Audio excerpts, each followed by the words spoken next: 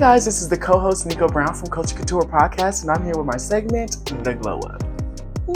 And today, we're talking about Miss Dua Lipa, and I am so excited to tell you about this girl, okay?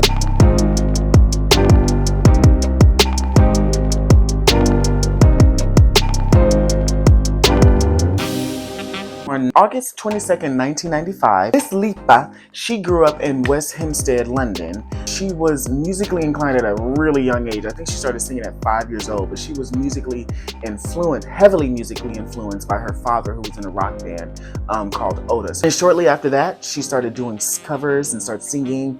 One of the schools she ended up auditioning for, didn't get the audition, and then tried again, which you always have to do. These things, moving to London, by the city of London by herself. How does a 15-year-old live independendly in London? Well, I was living with a roommate, and my parents knew her parents, and that's fine then. But she was studying here in London, but she was older. We had a big age gap as well, and I think we got on for the most part until she kind of went in my room and took pictures of my messy bedroom and sent it to my mum. Horrible. I was 15.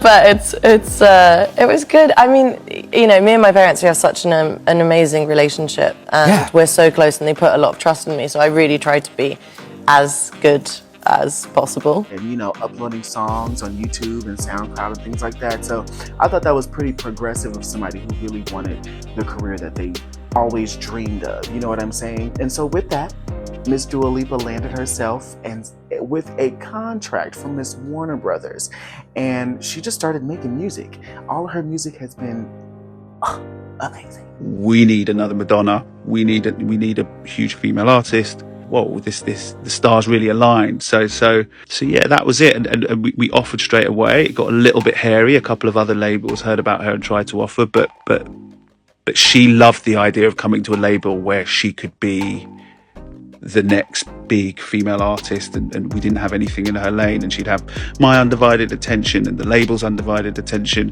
and she was the first female solo artist to have a #1 record in America after Madonna. So actually, nice bow at the end of the story, at the end of the story, but it worked out, and I wish it worked out like that all the time, but it kind of worked out. It worked out in that way.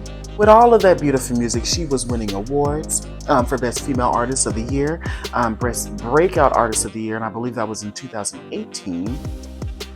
And she came out with her second album in 2020 called Future Nostalgia, and that album right there, Chef's Kiss. Chef's Kiss. It was on repeat at home, in the car, at everybody's house, on all of my playlists, everything. I just love that album. It was really fun. That album went diamond, and I am, girl, how did you go diamond? Period. In America, that is pretty hard, but good for you.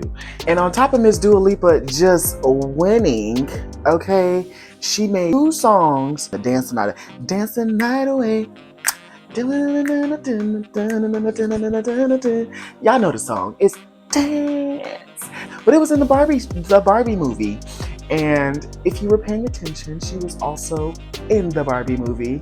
And that's where she made her acting debut. And I'm like, girl, what a perfect movie to get used to being on camera, on screen, in a huge, iconic way. If you were a part of the Barbie era, girl. And then she started acting. I'm like, oh, this girl is good.